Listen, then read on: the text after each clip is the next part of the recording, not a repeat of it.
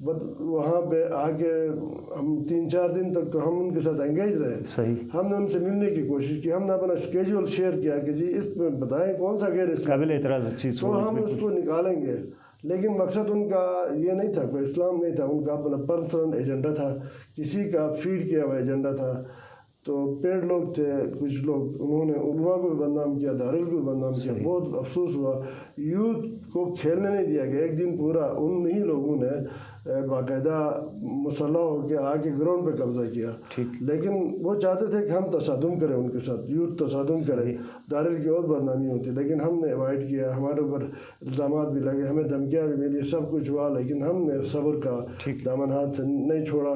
ہم نے rate of the government دیکھنا تھا کہ کیا ہو رہا. ہم نے قانون کو اپنے ہاتھ میں نہیں لیا. ہم نے کہا حکومت ہے پوچھے گی, لیکن بہت افسوس سے کہنا پڑتا ہے کہ حکومت بہت کمزور ہے. مطلب پہلے کسی زمانے میں FCR کہتے ہیں, ہم اس کو الزام لگاتے ہیں FCR کا طور.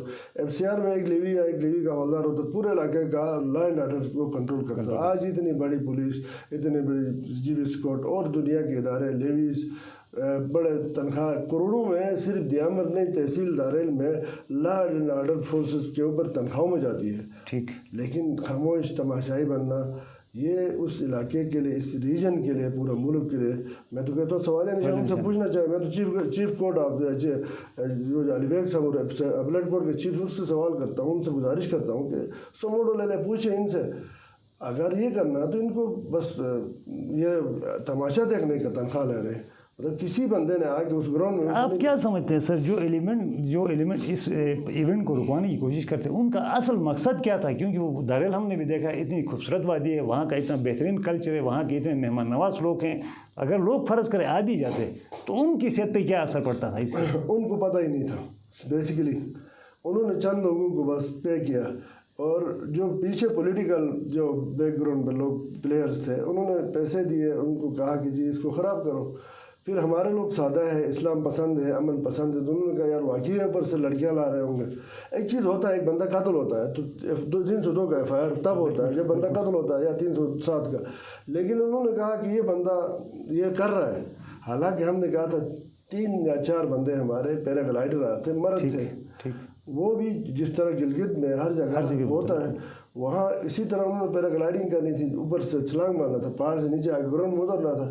وہ ایک انٹرٹینمنٹ تھی. آتش بازی میں کون سی یہاں پہ اسلامی اور غیر اسلامی تھا, ڈول تھا ہی نہیں, تماشے ناچ گانا تھا ہی نہیں, لڑکیاں تھیں ہی نہیں.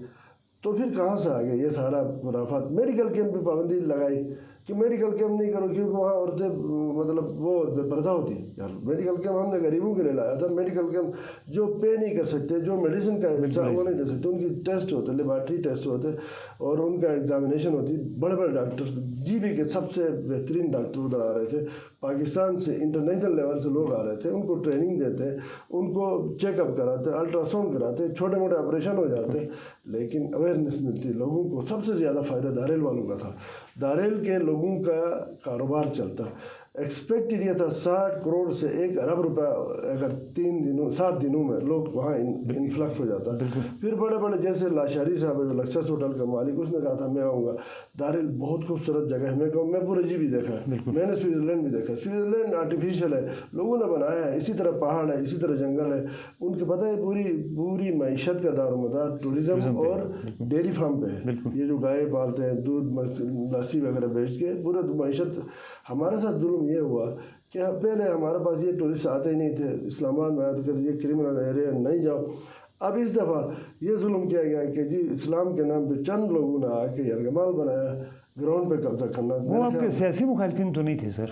وہی ظاہر ہے, ڈاکٹر زمان کرا رہا تو انہوں نے کہا کہ جی ڈاکٹر زمان, میں نے کہا میں پیچھے ہٹوں گا. اس طرح کا وہ پروگرام کرائے, میں ان کے ساتھ کھڑا ہوں گا دارل کی ڈیولپمنٹ کے لیے. یوتھ بے روزگار ہے. اب کلاشنکوف اٹھا کے وہ کمانڈروں کا بھی اتنا قصور نہیں تھا, وہ تو تقریباً تھے ہی نہیں. وہ تھوڑا بہت ہے پہلے کسی زمانے میں جب رشیا اور اس میں امریکن اور یہ وار جو افغان وار چل رہی تھی, کشمیر وار کے لیے یہ لوگ ٹریننگ کر کے ادھر کے لیے تیار تھے, یہ کوئی ادھر کے لیے نہیں تھے. ان کا کمانڈروں کا بھی اتنا وہ نہیں تھا, ان کو تو پتہ بھی نہیں تھا. بس جس جب تھوڑے سے لمبے بال چھوڑے, انہوں نے کہا کہ ان کو مطلب پروپیگیٹ کیا کہ یہ لوگ ہیں. حالانکہ انہوں نے ہمارے ساتھ کوئی ڈسٹربنس نہیں کی, انہوں نے آگے یہ نہیں کیا. چند جو مذہب کے نام پہ بنے ہوئے انہوں نے, ٹھیکیداروں نے, دین فروشوں نے وہ اپنے پیٹ کے لیے ان کے لیے سب کچھ حلال ہے، لیکن دوسرے کے لیے حرام ہے، یوتھ کے لیے حرام ہے۔ ڈگریاں لے کے ہزاروں لڑکے بیٹھے ہوئے ہیں، میں چاہتا تھا ان کے لیے روزگار ملے، جو باہر سے انٹرنیشنل کمپنیز آتی، کچھ لوگ ان کو، بہت سارے لوگوں کو ٹاسک کر کے عمرے پہ لے جانا چاہتے ہیں، حج پہ لے جانا چاہتے ہیں۔ وہ عمران بشیر صاحب ایئر وائی پہ آتا ہے، وہ تبلیغی امیر ہے، وہ عالم دین ہے، اس نے 2 گھنٹے آ کے یہ جو خرافات ہے، یہ جو قتل و غارت ہے، یہ جو سود کا نظام ہے، جو صفائی ہے، امن سب کے لیے ضرورت ہے، پیس پہ بولنا تھا۔ یہ کوئی میری تعریفیں نہیں کرنی تھی آگے، اور میں نے کوشش یہ بھی کی کہ میرا نام کہیں نہ آئے، مطلب کوئی ہوتا نا اشتہار لگانا کہ ہر جگہ میرے فوٹو لگاؤ، نہیں، میں نے کہا تھا، منع کیا تھا کہ میری تصویر نہ آئے، بس میں تو آرگنائز کر رہا تھا، میں تو ایک لیزان آفیسر کی طرح، میں سینئر کمانڈر سے چیف منسٹر کا ڈائریکٹو جانے کے بعد بھی پھر گورنمنٹ کی طرف سے اتنی کمزوری، اتنی سستی۔ میرے خیال میں دیکھو اس وقت 2 بڑے پروجیکٹس بن رہے ہیں، ایک باشا دیامر اسی علاقے میں بن رہا ہے، دوسرا آگے داسو ڈیم بن رہا ہے، سی پیک بن رہا ہے، انٹرنیشنل ٹورسٹ آتے ہیں، ٹورسٹ کل میں نے انگلش میں بات اس لیے کی تھی، جو گروپ ہے 1000 لوگوں کا، اس میں انٹرنیشنل اوورسیز کے لوگ بھی ہیں، وہ پاکستانی ہیں، نیشنل باہر کے ادھر ڈوئل نیشنلٹی والا، تو اس کو بھی پروپیگیٹ کیا کہ ڈاکٹر زمان نے ایک انٹرنیشنل چینل کو انگلش میں بتایا، یہ کیا، تو بتاؤں گا نا ڈاکٹر زمان، بتاؤں گا بھی، بتا رہا ہوں کہ وہاں پہ جو کریمنل ایلیمنٹ ان کی صفائی ہونی چاہیے، وہ بندوق اٹھائیں گے تو کل ڈگری والے کا چائے کے لیے بھی پیسہ نہیں ہے، بندوق اٹھانے والا اونر ہے بلڈنگوں کا، مارکیٹوں کا، تو کل سب کلاشنکوف اٹھائیں گے، کمانڈر بنیں گے، پھر گورنمنٹ کے لیے اور مسئلہ ہو جائے گا۔ تو گورنمنٹ کے ادارے سوئیں نہ تنخواہ لیتے ہیں آپ لوگ، تو اس کو سنبھالیں، یہ علاقہ بہت سینسٹیو ہے، اور یہ پورا پاکستان کے لیے، پورا ریجن کے لیے وہ ہے، اگر نہیں ہوتا تو پھر جو امن پسند ہے ان کو کہیں اور شفٹ کرے، مریخ پہ لے جائے، چاند پہ لے جائے، کہیں اور جگہ دے دیں۔ اگر ادھر ہی صرف اس طرح کے کرمنل ایلیمنٹس کو پالنا ہے تو پھر پالیں۔ سر آپ اس کے چیف آرگنائزر تھے، آپ نے وہاں کی ضلعی انتظامیہ کو یا چیف سیکرٹری کو یا جا کے سی ایم صاحب کو خود آن بورڈ لیا تھا اس حوالے سے؟ سی ایم صاحب کا ڈائریکٹو تھے، اپنے کہا تھا پوری انتظامیہ ان کے ساتھ تعاون کرے۔ چیف سیکرٹری صاحب کو آپ نے سوشل میڈیا میں دیکھو، چیف سیکرٹری صاحب کو میں نے دعوت نامہ دیا تھا، اس نے وعدہ کیا تھا میں آؤں گا۔ میں آپ کو بتاؤں، چیف دیکھو پہلی دفعہ کوئی ایسا ایونٹ تھا 7 دن کا جس میں شروع دن میں منسٹرون آ رہا تھا اوپننگ کرنے کے لیے، دوسرے دن چیف سیکرٹری کے ساتھ ہم نے بات ہوئی تھی، اور منسٹرز اور بھی منسٹر سیکرٹریز آ رہے تھے، ٹورزم سیکرٹری آ رہا تھا، فارسٹ سیکرٹری آ رہا تھا، ان کو ڈے بائی ڈے ہم نے مطلب رکھا تھا۔ تیسرے دن جی بی اسکاؤٹ کا ڈی جی نے آنا تھا، کمنڈمنٹ تھی، کنفرم تھا۔ چوتھے دن گورنر نے آنا تھا۔ 5ویں دن طلحہ محمود نے آنا تھا، وہ منسٹر ہے فیڈرل، وہ جی وائی کا بندہ، وہ میرا کوئی رشتہ دار یا وہ نہیں ہے، وہ ادھر ڈالڈا بانٹتا تو سب کھاتے ہیں، اس کے آنے پہ پابندی ہے، وہ آٹا دیتا تو سب کھاتے ہیں۔ 6ٹھے دن ایجوکیشن منسٹری نے آنا تھا، پورے ایجوکیشن کا ڈپارٹمنٹ پورا منسٹر سمیت سب آ رہے تھے، کیونکہ ہمارا تو اسکولز کا مسئلہ۔ چیف سیکرٹری کا داریل اس طرح آنا، ہم دکھاتے سارے جو مسائل ہیں، ہمارے جو جاب لیس لوگ ہیں، بلڈنگیں ہیں، 6 سکیمیں ہیں، یہ سارا بتا دیتے۔ اس میں بہت سارے مسئلے حل ہونے تھے، اور 7ویں دن ایف سی نے کمانڈر نے آنا تھا۔ ایف سی نے کمانڈر نے ہمارا سب کچھ ایگریمنٹ کمٹمنٹ ہوئی تھی، ہم نے اس کو ویلکم کرنا تھا، اس نے آ کے فائنل میں پرائز ڈسٹریبیوشن کرنی تھی۔ سر یہ پھر انتظامیہ بھی آپ کے ساتھ تھی، چیف سیکرٹری سے لے کے سی ایم تک آپ کے ساتھ تھا، تو ان چند لوگوں کو روکنے میں یہ ناکام کیوں ہو گئی، یا ان کے ساتھ؟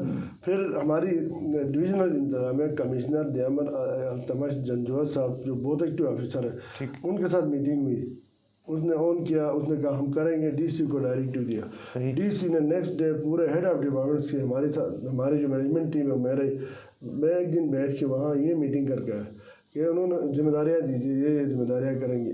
سٹارٹ عید کے دن ہونا تھا، عید کی نماز کے بعد 10 بجے اوپننگ ہونی تھی، اور یہ 7 دن چلتا۔ اتنا بہترین پروگرام کو چند لوگوں نے، چند سیاسی لوگوں نے، تو عوام کو بھی سوچنا چاہیے، یہی لوگ اس کے بے روزگاری کے، اس کے پسماندگی کے، داریل کی بدنامی کے باعث یہی چند سیاسی لوگ ہیں، ان کے اپنے بندے ہیں، ان کے جو نومینیٹڈ بندے پارٹی کے، ان کے کیا کہتے ہیں عہدیدار، اور یہ جو ایک مولانا کہوں گا تو پتہ نہیں، وہ عبدالکریم مولوی، وہ جی ایس ہے، جی وائی کا جی ایس ہے، وہ کل جا کے مولانا فضل الرحمان سے ملتا ہے عید کے دن، بڑا اس نے غازی بان کی گیا، یہاں سے اس نے اتنا ہمارا پروگرام ڈسٹرب کیا، کمانڈروں کو جمع کرنے والا بھی وہ بندہ ہے، بغیر ان کو ایجنڈا بتائے، علماء کو جمع کر کے ان کو بدنام کرنے والا یہ بندہ ہے، مولوی فرمان شیڈول 4 پر ہے، وہ اتنا آزاد ہے،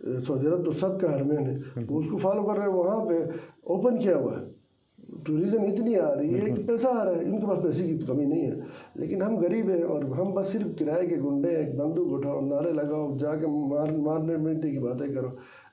دس is not the solution of the liberation. Doctor Zaman صاحب آپ کا بہت شکریہ. ناظرین اس کے ساتھ ہمارے پروگرام کا وقت ختم ہوا چاہتا ہے. اگلے کسی پروگرام کے مہمان کے ساتھ آپ کی خدمت میں حاضر ہوں گے. اپنے میزبان فیروز خان کو دیجیے اجازت. اللہ حافظ.